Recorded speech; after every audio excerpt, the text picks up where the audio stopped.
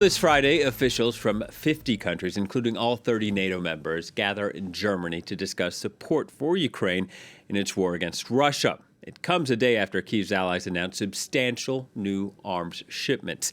After nearly 11 months of fighting, the U.S. and Germany remain opposed about offering their most modern tanks. Instead, the U.S. Defense Secretary calling on other countries to give more. Take a listen. We need to keep up our momentum and our resolve, and we need to dig even deeper. This is a decisive moment for Ukraine in a decisive decade for the world. So make no mistake, we will support Ukraine's self-defense for as long as it takes.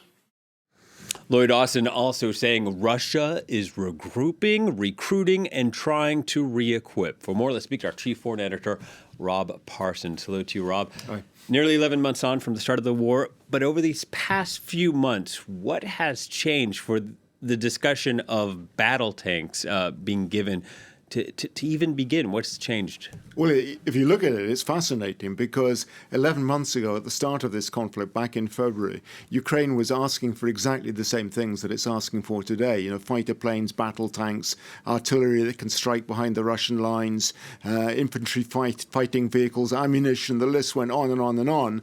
And the West was only prepared to go so far. And there were several reasons for that. First of all, you know, they were caught off guard to a degree by the scale of the Russian attack, but also they were concerned about whether the Ukrainians would be able to withstand a Russian attack and whether if the West gave them weapons, they would be able to utilize them in an effective manner. The danger, they thought, was that Ukraine wouldn't be able to do that, that the Ukrainian defense would collapse and weapons that they gave the Ukrainians might end up in the hands of the Russians. So the initial response to the Ukrainian request was quite cautious. They gave them weapons which they thought would be immediately useful to stop the Russian invasion of that tank column that approached Ukraine's capital, Kyiv.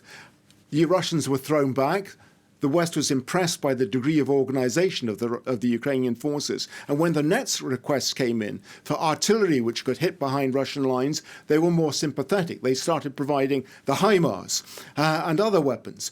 But we've reached a different stage today. I think the West is very impressed by the battle readiness of the Ukrainian army, and it's looking ahead now to what happens next. There is a concern, as you pointed out in your introduction, that the Russians are building up for a counteroffensive, probably in the spring. At the same time, the Ukrainians are preparing for an offensive of their own to push the Russians right out of Ukrainian territory that they've occupied. But in both cases, it's recognized that the Ukrainians will need substantially heavier weaponry than they've got at the moment. That includes battle tanks. And I think the fact that the Ukrainians have demonstrated their ability thus far to integrate Western weaponry into their battle systems has been enough to convince people that the Ukrainians need this weaponry if they're going to do that. In addition to that, I think there is acceptance now and support for Ukraine's war aims. So when we see Lloyd Austin, the U.S. Secretary of Defense, saying that the United States is in this for the long run, he really means it. They will provide the weaponry. It's just a question at this stage precisely what is going to be required. Battle tanks seems to be the focus of the attention at this meeting in Ramstein today. Yeah, from the U.S., but also from Germany, who's hosting this meeting. Is Germany ready to offer such support? Well, this obviously is the big question at the moment. The Germans have appeared reluctant. Chancellor Scholz in particular. But there's no doubt, too, that the pressure that has been building up on the Germans has become really intense, including a meeting that I referred to just now with Lloyd Austin, the U.S. Secretary of Defense in Germany on Thursday. What seems to be happening is that it's probably unlikely that the Germans at this stage will themselves give the go-ahead, although it's possible, for the supply by themselves of their own Leopard tanks. The critical thing to mention here, too, is Germany is the producer of Leopard 2 tanks. That is the battle tank most in use in European armies and in Germany's army as well, of course. That is the battle tank that the Ukrainians most want. An alternative is the American Abrams tank. The Americans say it's far too sophisticated. It's a long way to ship from the United States to Ukraine. It makes more sense to have the Leopards in place, and it doesn't look likely that the Americans will give the go-ahead at this stage for Abrams. So the focus is on those Leopards.